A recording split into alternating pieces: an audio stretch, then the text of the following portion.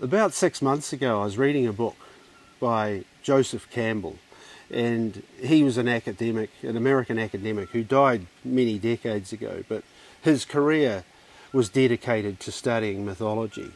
And what he identified in his career was that every myth pretty much had the same format, the same thread running through it, where the protagonist experienced some light, a glimmer of light, and followed that light. And often that light led them to a distant country, a distant land, to establish an experience, an ongoing and unbroken experience of light, or in other words, peace and contentment and happiness.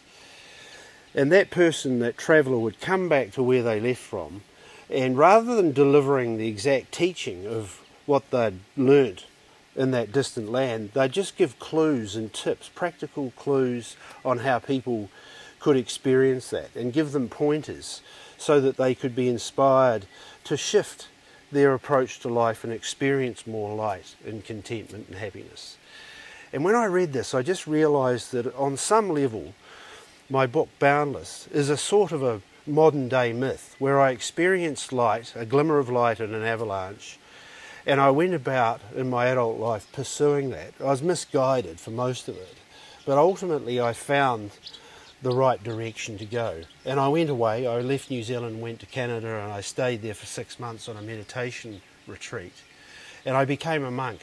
It came back to New Zealand, and after a year or two I realised that there's only a small number of people that actually want to learn to meditate.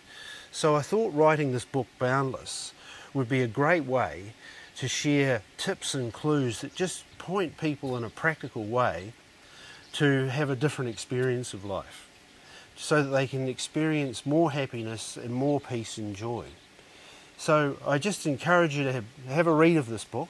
It's a fascinating read, and it's an opportunity to follow me on my path and see what resonates for you in that path as well. Often we all have many things in common with each other, and there's something we read can resonate with us and allow us to shift our experience. So come along, have a read of it and see what happens.